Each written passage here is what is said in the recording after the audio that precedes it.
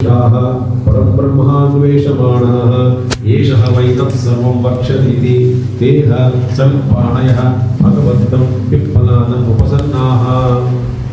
ये मंत्र पृष्ठोपनिषद का मंत्र। अब देखिए, मैं ज़्यादा बस ये 6 लोग सुकेशा भारद्वाज शैभ्य सौर्यायणी गार्ग्य कौसल्य अश्वलायन भार्गव वैदर्भी भार्गव और कबंदी कात्यायन, ये 6 लोग हैं। उनका गोत्र के साथ नाम लिया गया। जाने के बाद ये देखिए, एते ब्रह्मपराः ब्रह्मनिष्ठाः। अब देखो, ब्रह्मनिष्ठा है तो फिर कोई क्यों गए गुरु के पास? माने परब्रह्मान्वेषमाणाः, ब्रह्म अपर ब्रह्म में निष्ठा की प्राप्ति हो चुकी है। अपर ब्रह्म निष्ठा माने उपासना, मन को स्थिर रखना, जब चाहिए तब मन को अपने वश में रखकर उपासना में लगाओ, ध्यान में लगाओ। तो यहाँ तक वे लोग पहुँच गए, मगर परब्रह्मानुभूति नहीं हो रही है। परब्रह्मान्वेषमाणा, तो उसके अन्वेषण के लिए, मन अनुभव के लिए, अपरोक्ष अनुभूति के लिए वे चले गए। और समित्पाणयः, बाद में आएंगे समित्पाण, यज्ञ करने के लिए कुछ समिधियाँ लेकर के। क्यों? ये तो प्रतीक है। इसका एक प्रतीक होता है वैराग्य के प्रतीक। मेरे सारे वासनाएं खत्म हो गए, जलने के लिए तैयार है। मैंने आत्मा होती अहंकार को भी भस्म करने के लिए मैं भी अधिकारी बन गया हूँ। इसको सूचित करते हुए समित्पाण ही समिधा लेकर के जाते हैं। दूसरा अर्थ यही है कि गुरु लोग, ऋषि मुनि लोग उस जमाने में रोज कुछ समय होम हवन अनुष्ठान इत्यादि में अग्निहोत्र कार्य होता था आश्रम में। तो हर रोज समिधाएं चाहिए होती है। तो शिष्य लोग जाते हैं, समिधा अर्पण करते, गुरुजी इन समिधाओं के लिए आप अपना समय खर्च ना कीजिए। आपको और आपके जो यज्ञ है, नित्य अग्निहोत्र के लिए जो कार्य के लिए जो जो चीज़ आवश्यक है, हम सब आपको लेकर के आएंगे। उस समय आप बचा के हमको पढ़ाइए, हम आपकी सेवा करेंगे। एक दूसरा। तीसरा कहें, ऐसा नहीं कि आश्रम में जाके बैठ गए, नहीं, आश्रम का भी काम थोड़ा जिम्मेदारी उठाए। ये चले गए। अब देखिए क्वालिफिकेशन यहाँ पे देखिए। अब गुरु कहते हैं, तान सरुषुर्वाच भूय एव तपसा ब्रह्मचर्येण श्रद्धया संवत्सरं संवत्स्यथा यथा कामं प्रश्नान् पृच्छत यदि विज्ञास्यामः सर्वं हवो वक्ष्याम इति। ये है क्वालिफिकेशन, अधिकार। टेस्ट कर रहे हैं। देखिए, कहीं कहीं से 6 लोग इकट्ठे हुए हैं, ढूंढते ढूंढते हिमालय पहुंच गए, पिप्पलाद ऋषि मुनि के आश्रम में पहुंच तो गए। बोले, हम 6 लोग आए हैं, कुछ प्रश्न पूछना चाहते हैं। क्या प्रश्न पूछने हैं? पूछने के बाद, पूछने से पहले ही गुरु कहते हैं, रुको रुको, आप अपने प्रश्नों को पहले आप अपने अपने पॉकेट में ही रखो। चिट्ठी खोलना नहीं, बाहर निकालना नहीं।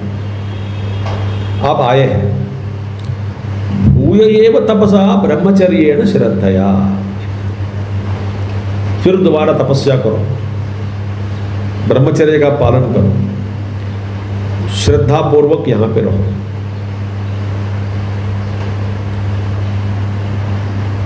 माने 1 साल आश्रम का नियम क्या है? ब्रह्मचर्य, तपसा, श्रद्धया, 3। इसका पर व्याख्या नहीं कर रहा हूं ज़्यादा, बहुत ही संक्षिप्त में बोलने वाला हूँ, एक आइडिया आ जाएगा। तपस्या माने इंद्रियाणाम च मनसश्च इंद्रियाणाम च ही ऐकाग्र्यम परमम तपः। महाभारत में ये श्लोक आता है। तपसा, तप करो, तप माने त्यागना। दूसरा है ब्रह्मचर्य, अति सर्वत्र वर्जयेत।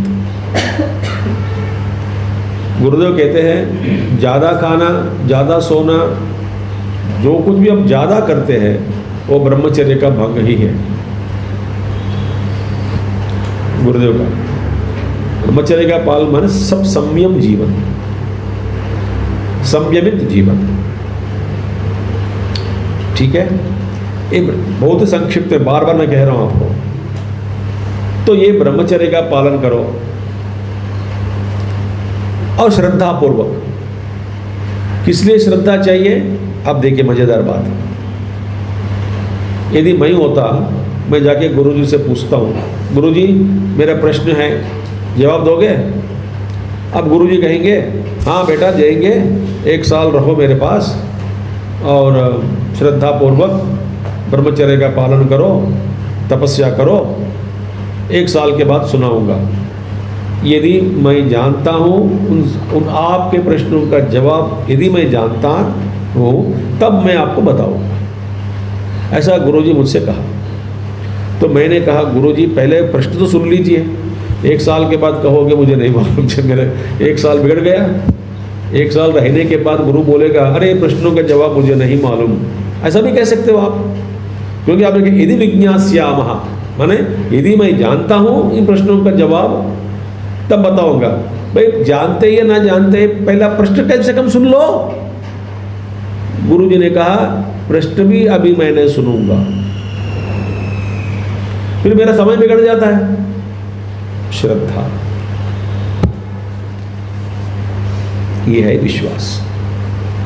पहला प्रश्न देख लो गुरुजी, आप जानते हैं, आंसर जानते हैं तो हम रहेंगे 1 साल इधर, तो बेकार हो जाएगा हमारा समय।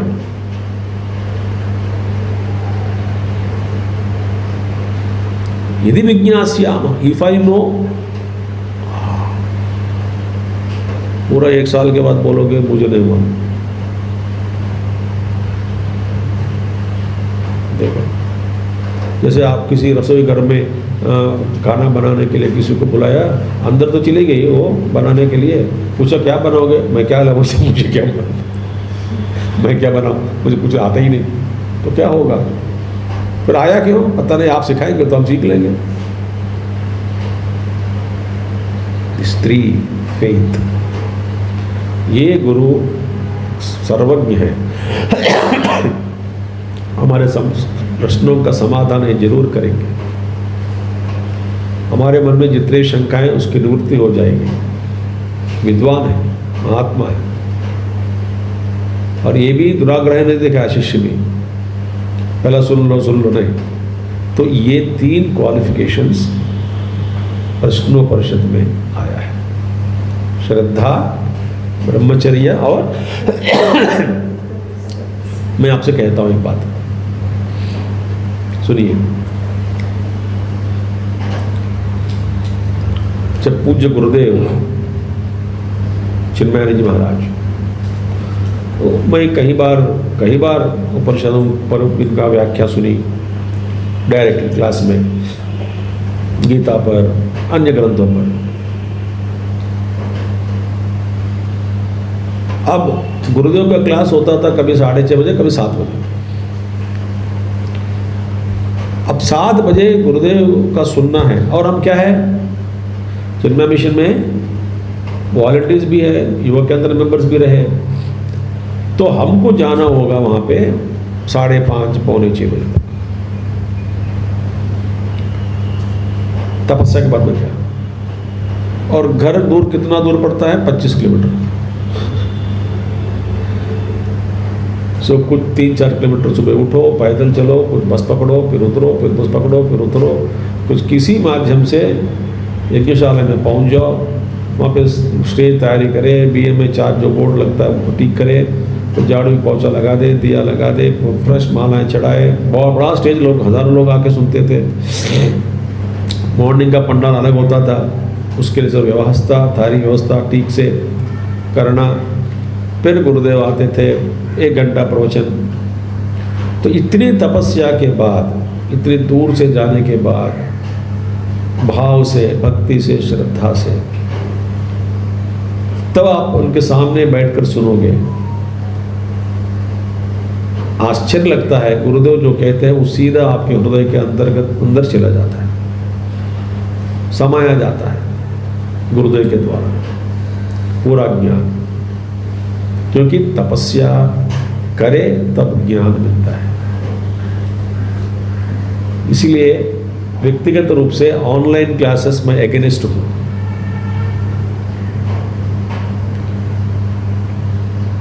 दुनिया पूरा भी इसमें चले गए, तपस्या नहीं करना चाहते हैं।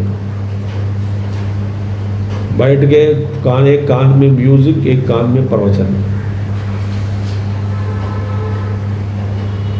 मैं कहीं कहता हूं हमेशा, जब कोई भी क्लास प्रत्यक्ष रूप में फिजिकल प्रेजेंस में बैठते हैं ना, उसका जो आरा है उसके अंदर हम बैठना है, तभी प्रभाव पड़ता है। और वीडियो बंद करके लेट के कान में लगा के श्रद्धा नहीं है, वो श्रद्धा भी नहीं है, वो तपस्या भी नहीं है। आप जो मेहनत करके जो सीखते हैं ना, कभी भूलते नहीं। देखो, याद करिए, खुद स्वयं मेहनत करके जो आप सीखते हैं ना, तपस्या करके, उसको आप कभी भूलते नहीं। जो आसानी से मिल जाता है ना, बिना बोले चले भी जाती है। इसीलिए ये क्वालिफिकेशन प्रश्नोपनिषद में कहा गया, और 6 शिष्य रुके थे 1 साल, बाद में पेश किया तो गुरु ने सबका उत्तर 6 अध्यायों में सभी का उत्तर दिया है। तो एक अधिकारी का लक्षण क्या है? प्रश्नोपनिषद के अनुसार श्रद्धा, तपस्या और ब्रह्मचर्य। और दूसरा अधिकार देखिए, ये तो बहुत अद्भुत श्लोक है, मंत्र है, मुझे बहुत पसंद करता हूं इसको। दूसरा लक्षण, क्वालिफिकेशन, यह मुंडकोपनिषद से ले लेंगे, बड़ा प्रसिद्ध मंत्र है। इस पर व्याख्या भगवान शंकराचार्य की व्याख्या बहुत अच्छा है, गंभीर है। इसलिए भगवान शंकराचार्य का भाष्य के बारे में कहते हैं प्रसन्न गंभीरम, प्रसन्न गंभीरम कहते हैं। तब देखिए, इसी के ऊपर हम 3 दिन सत्संग कर सकते हैं, एक ही मंत्र जो पढ़ने वाला। इसमें भी एक अधिकारी बनने का एक लक्षण बताया, विद्यार्थी का लक्षण, उपनिषद विद्यार्थी का लक्षण। कहते हैं परीक्ष्य लोकान् कर्मचितान् ब्राह्मणाः निर्वेदमायात न अस्ति अकृतः कृतेन तद्विज्ञानार्थं स गुरुमेवाभिगच्छेत् समित्पाणिः श्रोत्रियं ब्रह्मनिष्ठम्। ये बहुत ही, ये मुंडकोपनिषद में प्रथम मुंडक, दूसरा अध्याय, 12वां श्लोक।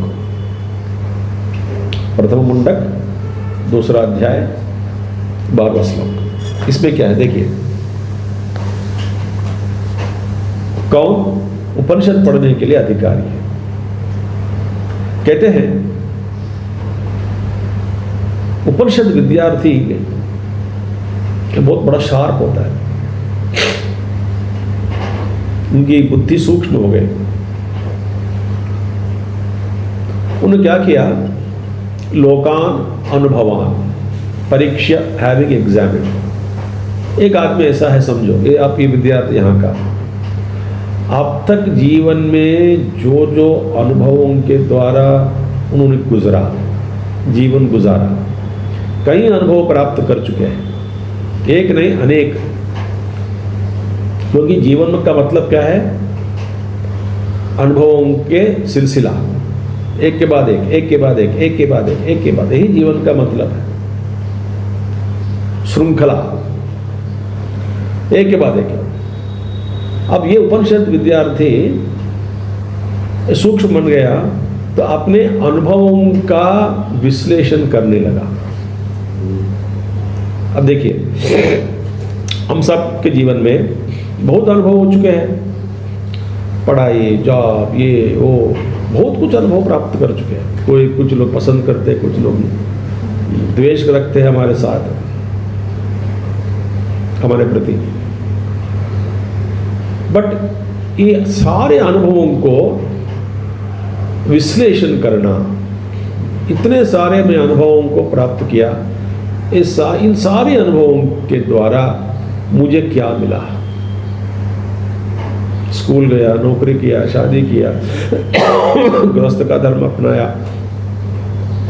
ये किया, उधर किया, इधर गया, उधर गया, इनसे लड़ाई की, उनसे लड़ाई की, इनसे स्नेह किया।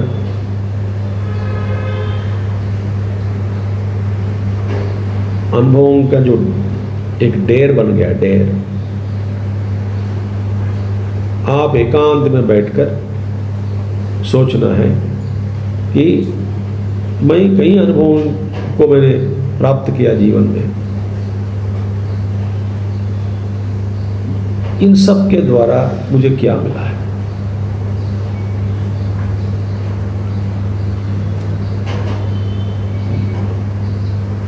डिग्री पढ़ाई की, ये किया, हो गया। और सोचना है, आखिर में एक दिन मर जाओगे। मरने के बाद इस जन्म का स्मृति जो है वो भी बंद हो जाएगी कुछ समय के बाद। क्या आप सबको अपने अपने पिछले जन्म याद है क्या?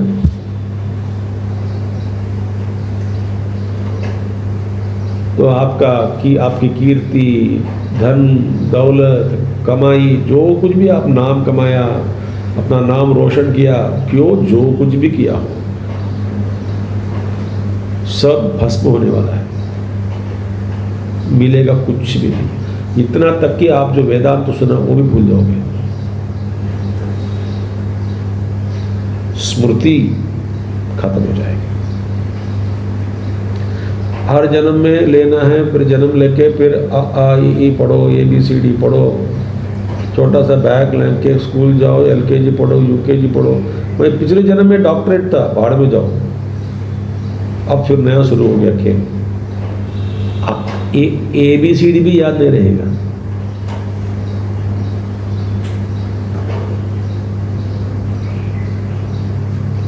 बताओ।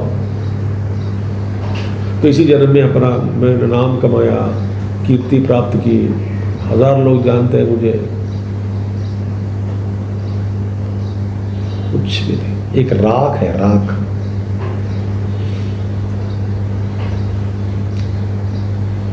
कुछ भी याद नहीं रहेगा। केवल एक बीज के रूप में एक संस्कार आपके साथ आता है। वो संस्कार अगले जन्म में न जाने किस तरह का कर्म भोगना पड़ेगा आपको, क्योंकि जन्म लेने से पहले मेरे पास 100 वासनाएं हैं। 100 वासनाओं एक साथ खर्च करना संभव नहीं है, तो उसमें से मैंने 10 या 15 चुना है। तो चलो 15 वासनाओं को खर्च करेंगे। बीच बीच में गीता के ज्ञान भी प्राप्त किया, उपनिषद के ज्ञान प्राप्त किया, कुछ पूजा पाठ किया, मंदिर दर्शन किया, बहुत बढ़िया।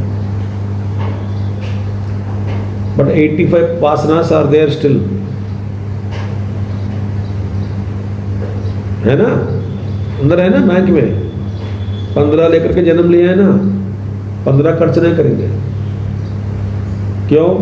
खर्च हो रहा है, उसमें फिर दोबारा चाहते हैं कुछ कुछ एक्सपीरियंसेस।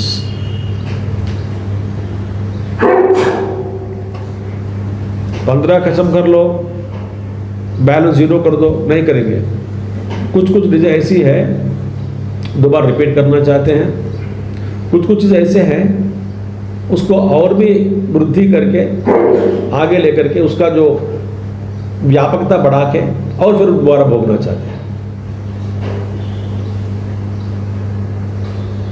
अब मरने के बाद 85 वासनास है ना, प्लस ये 15 में 5 घट गया होगा, मगर 10 फिर दोबारा भोगना चाहते हैं, और इस जन्म में भोगते भोगते और 10-15 इकट्ठे ज़्यादा किए हैं, तो कुल मिला के 30-25 हो गया होगा। ये 30-25 प्लस 85 कितना हो गया? 115 पकड़ो। पहले कितने था? 100। बढ़ गया कि नहीं कर्म? घटता नहीं।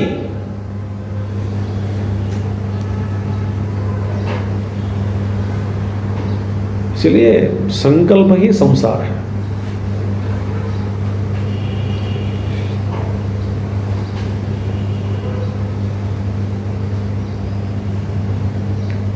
मैं जो आपसे कह रहा हूं, मैं अंदर उलझी रहा हूं, प्रयास करता हूं अंदर। इसलिए आदमी के दो रूप होता है, अंदर का रूप, बाहर का रूप। सो कीर्ति, कांक्षा, प्रतिष्ठा, नाम, ये वो सब बकवास है, क्योंकि कुछ रहेगा नहीं। एक बात। दूसरी बात है, अगले दिन में किस तरह का कर्म भोगना है पता नहीं। ये 95 में जो भी 85 में जो इतना बचा है, पता नहीं किस तरह के कर्म भोगना है। तो एक जन्म आध्यात्मिक शिखर बना, अगले जन्म में ईश्वर ने सोचा, अरे तुम्हारा पुराना गंदा कहाँ कर्म रह गया, उसको पहले जन्म में भोग लो, खाली कर देंगे। तो उस जन्म में कैसे होगा? बिना आध्यात्म के जीवन जियोगे। इस जन्म का साधन संस्कार के रूप में, बीज के रूप में पड़ा है अंदर, मगर भगवान ईश्वर कहते हैं अगले जन्म में थोड़ा कुछ और गंदे संस्कार है, पहले उसको खर्च कर लो, वापस आ जाएंगे। इसकी जो रचना, ईश्वर की जो रचना है ना, हमको समझना मुश्किल है। हम सोचते लगातार अच्छे हो जाएंगे, पर फिर भीतर किस तरह की वासना है। सारे सबसे पहले एक सूक्ष्म बुद्धि वाला शिष्य विश्लेषण किया, इतने सारे अनुभव, और कोई भी ऐसा अनुभव नहीं है मुझे जिसके द्वारा मुझे पूर्ण तृप्ति या संतोष मिला हो।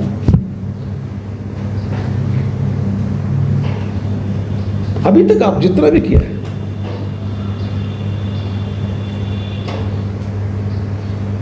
तो कहते हैं परीक्ष लोकान कर्मचिति। कर्मचिति माने ची माने चयनम, चयन माने डेरा, डेर एक राख, डेर, कर्मों का डेर।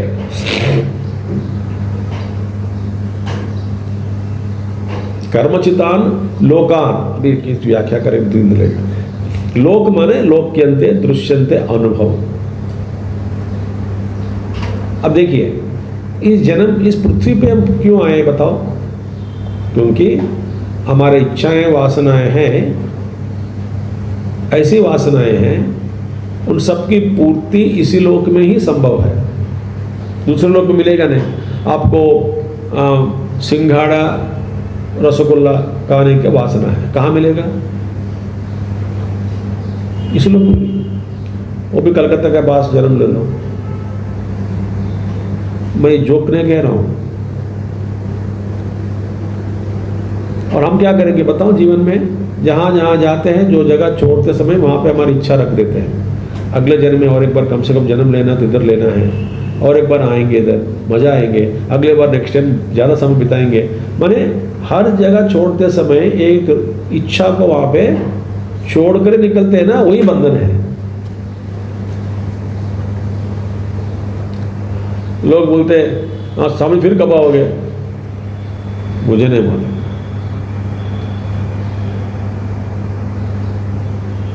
मैं क्यों इच्छा छोड़ू वहां पे? प्रभु की इच्छा। तो आपने अनुभवों को पहला विश्लेषण करने के बाद, कोई भी व्यक्ति अपने जीवन में जितने भी अनुभव प्राप्त कर चुके हैं, उन सभी को सामने रखकर एक बार दोहराइए मन में, माने देखिएगा एक बार, इन्हीं अनुभवों से एक बार गुजर कर निकलो। कहते हैं यदि आपका अध्ययन ठीक है, अनुभवों का अध्ययन, अपना अनुभवों का अध्ययन यदि ठीक से किया हो, इसका परिणाम एक ही होगा, वैराग्य। हाँ मैंने विश्लेषण किया पर वैराग्य नहीं हुआ, माने विश्लेषण में गड़बड़ है।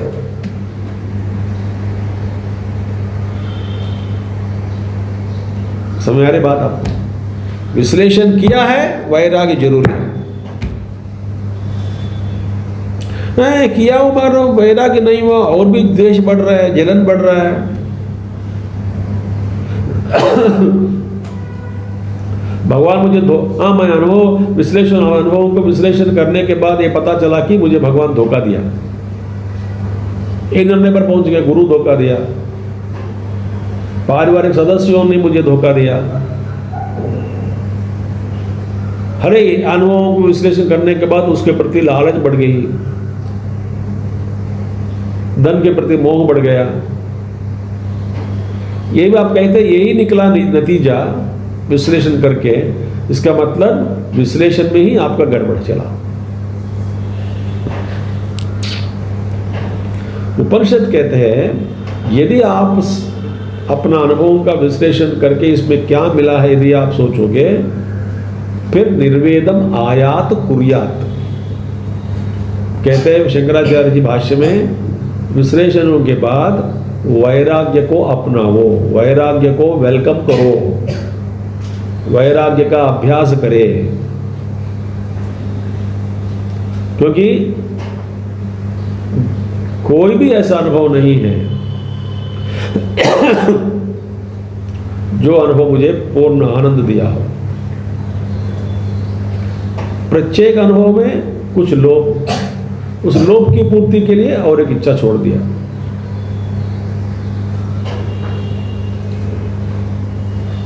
गहरी बात है कि नहीं?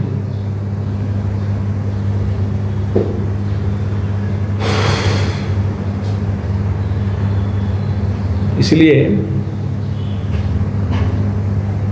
अधिकारी पहला विश्लेषण करने का सामर्थ्य मिले या सामर्थ्य हो, और इसके बाद वैराग्य। सो क्वालिफिकेशन क्या है मुंडकोपनिषद के अनुसार?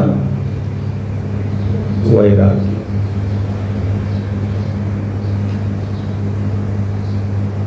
विराग माने द्वेष नहीं है। ऐसा नहीं कि यदि मैं कॉफी पसंद नहीं करता हूं तो जो लोग कॉफी पीते हैं उनके प्रति नफरत करता हूं, नहीं तो वैराग्य मेरा बढ़ गया, कॉफी पीते हैं, ऐसा नहीं बोलना चाहिए। कैसे खाते हो? मैं ही खा रहा हूं, तेरे को क्या हुआ? नहीं, मुझे वैराग्य हो गया। ये वैराग्य नहीं है, ये द्वेष है। आप जरा सोचो, जिस वस्तु के प्रति आपका वैराग्य हो गया हो, उस वस्तु को और कोई भोग रहा है तो आप देखते हैं कि ये बेकार है, गंदा आदमी है, अज्ञानी है, अविद्या में फंस गया। तो you have been spending life only labelling others. काम धंधा नहीं है।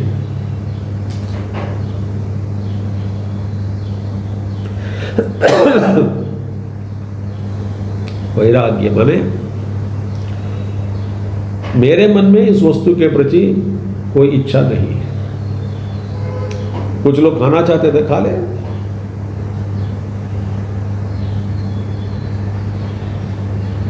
मैं एक बार जा रहा था ट्रेन में, सेकंड एसी में, तो 3 लोग बैठे, 4 लोग मैं खिड़की बैठे, बाकी 2-3 लोग दोस्त है।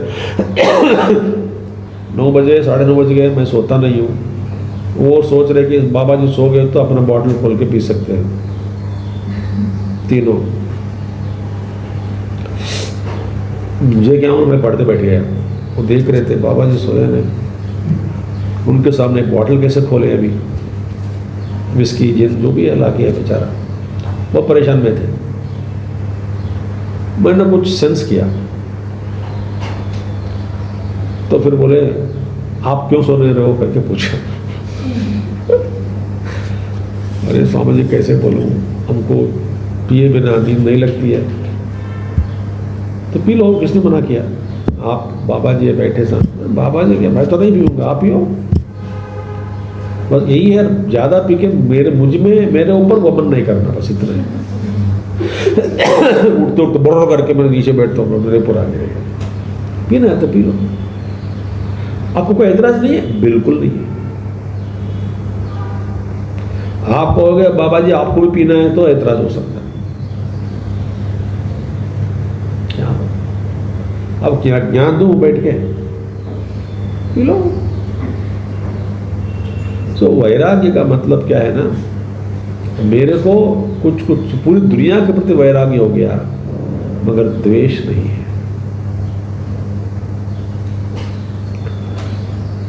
तुलना करके देखना, नीचे करके देखना गलत है।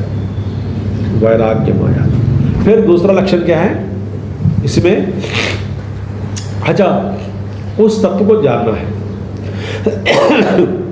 नास्ति अकृत कृतेन, जो कर्म के द्वारा साध्य नहीं है। अकृतम ब्रह्मम, ब्रह्म अकृत में ब्रह्म ही है। तो बाद में आप आनंद जैन जी से सुन सकते हैं कर्म की सीमा क्या है, तो कहाँ तक हम कर्म के द्वारा प्राप्त कर सकते हैं, क्या नहीं कर सकते। तो अकृतः मीन्स ब्रह्म, ब्रह्म पदार्थ, ब्रह्म को अनुभव करना कर्म का फल नहीं है, ये जान लिया। कर्म का फल नहीं तो कर्म क्यों करूं, तो त्याग दिया। मुझे वो चाहिए, कैसे मिलेगा? कर्म से नहीं मिलता, तो कर्म को त्याग दिया। कर्म को त्याग दिया माने कर्तृत्व भाव को त्याग दिया, छोड़ दिया। ठीक है। तो अकृत कृतेन, फिर उस तत्व को जानने के लिए गुरु के पास जाना है। तद विज्ञानार्थम गुरु एव, गुरु के पास ही जाना है। शंकराचार्य जी कहते हैं शास्त्रज्ञ अपि स्वातंत्रेण ब्रह्मज्ञानान्वेषणं न कुर्यात्। शास्त्रज्ञ है फिर भी अकेला बैठ के ब्रह्मचिंतन ब्रह्मज्ञान अन्वेषण करूंगा, ये संभव नहीं है। गुरु के पास जाओ। सो गुरु के बिना ये रहस्य मिलता नहीं, क्योंकि औपचारिक रूप से गुरु सबको बिठा के शिक्षा देते हैं, वो अलग बात है। बातों बातों में कुछ कुछ चीजें जो बताते हैं गुरु, वो अद्भुत बात है। ऐसे बातें हमारे साधना के लिए काम आएगा। जैसे मैंने कई चीज मैंने गुरुदेव से प्राप्त किया, ऐसा है। बस बैठे रहो वहां पे, देखते रहो गुरुदेव को। बहुत कुछ मुझे सिखाया, देख करके सीखे। तो गुरु के पास ही जाना है, ये लक्षण। समित पाणि श्रोत्रियम ब्रह्म, समिधा लेकर के जाओ। तो यहाँ पे वैराग्य क्या, अधिकारी का लक्षण क्या दिखाई इधर पे? इधर वैराग्य, परीक्षा करने की बुद्धि, अनुभवों को विश्लेषण करने का सामर्थ्य, और गुरु के पास जाकर पूर्ण शरणागति लेना, ये अधिकारी का लक्षण है। तो प्रश्नोपनिषद में तपसा, ब्रह्मचर्य इत्यादि बताया। यहां पे वैराग्य और गुरु के शरण में जाना, ये दो लक्षण है इस उपनिषद में। अब और भी है लक्षण ऐसे, जो शिष्य तस्मै सविद्वान उपसन्नाय सम्यक प्रशांत चित्ताय शमान्विताय, ये भी लक्षण है। 13वां श्लोक, 12वां श्लोक हो गया अभी, 13वां श्लोक, प्रथम मंडक दूसरा अध्याय 12वां श्लोक, और 13वां श्लोक में भी ये बताया कि देखिए तस्मै सविद्वान उपसन्नाय सम्यक।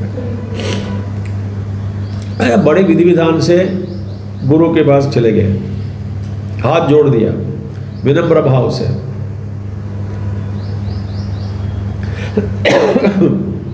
ऐसा बड़े भली प्रकार से विधि विधान से जो शिष्य अपने गुरु के पास जो आ गया, गुरु के समीप पहुंच गए, ओके। शिष्य का लक्षण क्या है? प्रशांत चित्ता है।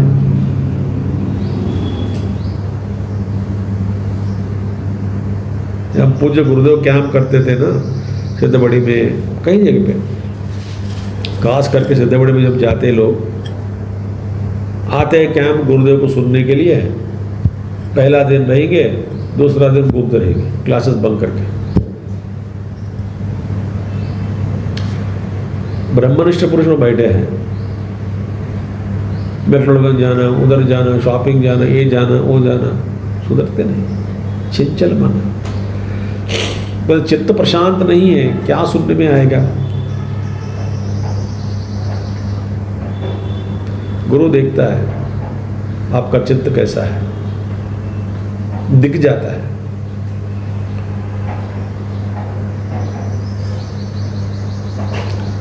मन प्रशांत है,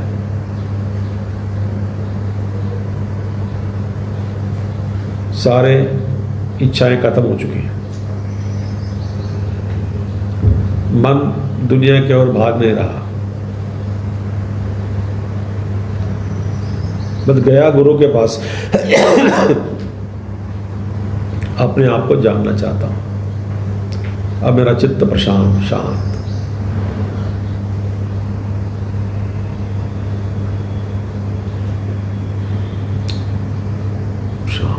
शांति का अनुभव जब करोगे ना ध्यान में, मजा आएगा। क्या बोलते हैं वेदांत में, रसास्वाद है। रसास्वाद की बात मैं नहीं कह रहा हूं, मन शांत हो गया है, बस वहीं रहना है। अहंकार की सवा अहंकार होने का संभावना है, क्योंकि ये मेरा स्वरूप है। शांत बैठो, और बैठते वहीं पर बैठे रहिए शांत। अभ्यास में क्या होगा, एक दिन एक समय ऐसा आएगा, गुरुदेव ऑल्सो से सेम थिंग, अचानक आपको पता लग जाए कि ये मैं हूं, बस दैट इज रियलाइजेशन। हाँ, ये मैं हूं। गुरुदेव के व्याख्यान पढ़ो, समझ में आएगा। तो मन को शांत रखना है। उनका मन, शिष्य का मन शांत हो गया है, क्षमान्विताय, क्षमा दमा उपरहित क्षमा, हाँ, संपत्ति प्राप्त किया, अंत संपत्ति। ऐसे विद्वान को गुरु बताते हैं। तो ये भी शिष्य का लक्षण है, प्रशांत चित्ताय क्षमान्विताय। ये न अक्षरम पुरुषम वेद सत्यम प्रोवाच ताम दत्तो ब्रह्म विद्या। ठीक है, आओ अगेन चांदोग्य परिषद में भी अधिकारी का लक्षण, चांदोग्य परिषद में अधिकारी का लक्षण, तेनो भौ पुरुतो यश्च तदेवं वेद यश्च न वेद नाना तो विद्या च अविद्या च यदेव विद्यया करोति श्रद्धया उपनिषदा तदेव वीर्यवत्तरं भवति इति खलु एतस्य एव अक्षरस्य उपाख्यानं भवति। अद्भुत मंत्र। चांदोग्य उपनिषद में पहले जो 5 अध्याय जो कर्म कांड, उपासना कांड, बहुत चीजें छुपी है इसमें। यहाँ पे कहते हैं ये पहले आता है, क्या है, नानात विद्या च अविद्या च। विद्या का मार्ग फल अलग है, अविद्या का मार्ग फल अलग है। अविद्या संसार के ओर, विद्या ज्ञान के ओर, परमात्मा के ओर। मगर आप जो कुछ भी करते हैं, उपनिषद माता यहाँ पर वेद महेद कहता है, यदेव विद्यया करोति, जानकर करना, विद्या माने उपासनया। दूसरा क्या है, श्रद्धया करोति, उपनिषदा करोति, वही वीर्यवत्तरम भवति। यही लक्षण है। It's a beautiful thing. तो श्रद्धा, श्रद्धया करोति, उपनिषद अर्थात यहाँ पे ज्ञान, उपनिषदा माने ज्ञान, विद्यया उपासनया। जो कुछ भी आप विद्यया करोति, श्रद्धया करोति, उपनिषदा करोति, 3 थिंग्स बताए यहाँ पे। विद्या के साथ, श्रद्धा के साथ और ज्ञान के साथ जो आप करते हैं वही आपको आगे ले जाता है, फल के ओर, फलप्रद होता है। वीर्यवत्तरम भवति। अब जो कुछ भी लौकिक विद्या में भी श्रद्धा नहीं है, ज्ञान प्राप्त नहीं किया, श्रद्धा नहीं है, ज्ञान नहीं है, श्रद्धा नहीं है, उपासना नहीं है, भक्ति नहीं है, भाव नहीं है, तो हम कुछ प्राप्त नहीं कर सकते। तो ये भी लक्षण है। श्रद्धया उपनिषदा विद्यया करोति तदेव वीर्यवत्तरम भवति। वही वीर्यवत्तर माने बहुत फलप्रद होता है, शक्तिशाली बन जाती है, साधना बन। तो हम में ये सब लोप रखने के बाद, लोप सारे दोष लोप कहो रखते हुए हम कहते हैं गुरुजी हमको ज्ञान दे दो, मोक्ष दिला देना, ऐसा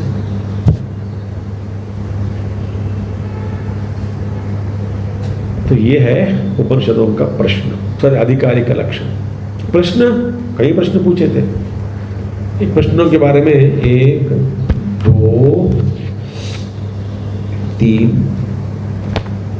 3 प्रश्न उदाहरण के लिए हम कल देखेंगे। फिर बाद में इंस्ट्रक्शंस क्या होता है उपनिषदों में, आदेश उपदेश कुछ उपनिषदों से लिया है। फिर आकर में अनुभूति, आकर में साधना, मीन्स क्या है, सरल उपाय, मीन्स और उपाय, उपाय क्या है। यह है मैंने सोच रहा था कि उपनिषदों ऐसे कई कुछ संक्षिप्त में आपको बताया। यह है विद्यार्थियों का, उपनिषद विद्यार्थियों के लक्षण। ठीक है, अच्छा लगा, बोर हो गया ऐसे चुटकुल ये क्वालिफिकेशन। कल देखेंगे किस तरह के प्रश्न पूछ रहे थे, वो क्वालिटी ऑफ क्वेश्चंस, कल प्रश्न कुछ देखेंगे। पर उपनिषद कहते हैं एक बार एक मंत्र में, एक उपनिषद में, बस सोचो भाई तो क्या कर रहे हो, सोचो, जाने वाला है सब लोग, सोचो, बिगड़ो मत। फिर इंस्ट्रक्शंस, ये है, ये है, ये है, ये है, ये है। फिर आत्मज्ञान के संबंध में प्राप्त करने के बाद कैसा लगेगा, वो सरल उपाय बता दीजिए, बता दिए, कल देखिए, कल और परसों में।